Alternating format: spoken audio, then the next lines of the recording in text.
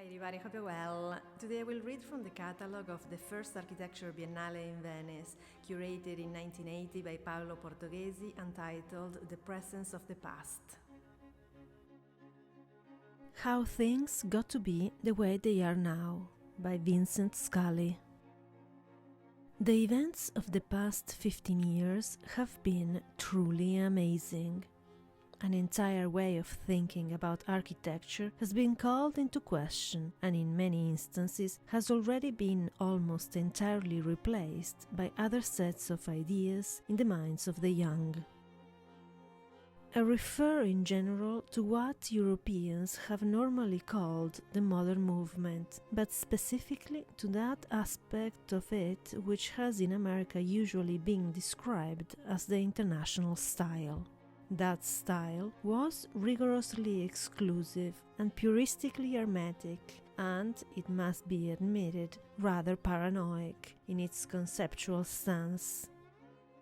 Its urbanism was therefore destructive of the traditional city, while its individual buildings were normally hostile to those which preceded them and with which, in consequence, they got along very badly. In Europe, those catastrophic results were rationalized as a necessary clearing away of old styles of life, and the leveling process which ensued was patiently suffered as an inevitable step toward the creation of a new socialist society.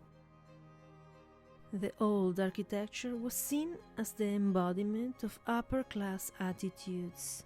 The new, however, as yet partial and faulty, as the first signs of a new proletarian language of form.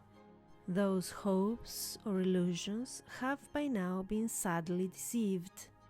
Modern architecture has accommodated itself most comfortably to the objectives and methods of the capitalist entrepreneur, the ruthless developer at his worst. It has enabled him to build sloppily, nastily, and without love for everyone or anything, neither for those who use his constructions, nor for the materials out of which they are made. Applied urbanistically in somewhat more idealistic governmental terms, the principles of modern urbanism have produced ever more thoroughgoing horrors. In America, the modern movement was seen in more purely formalistic rather than in sociological or even in methodological terms. This was at least a more realistic view, since intentions and methods in architecture must be judged by the environments they produce, by, this is, their forms. It is true that some European pedagogues in America, especially Gropius, confused the shape of the problem by in fact separating form and method, the latter functionally and structurally deterministic, the former neo-destil. Because of this, and because few social hopes ever really rode on the international style in American thinking, it came as a little surprise that modern architecture was soon perceived to be serving Mammon more successfully than it did Marx, and that Gropius himself was able to produce one of the most urbanistically destructive of all corporate skyscrapers, the Pan American Building.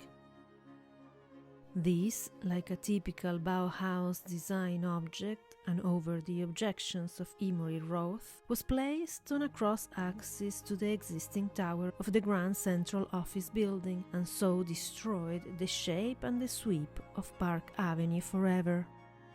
It is a sign of the developing power of cities to protect themselves and of the growing determination of their citizens to fight for their existence that New York was later able, through legal means, to prevent the destruction of the rest of Grand Central Station by Gropius' disciple Marcel Breuer.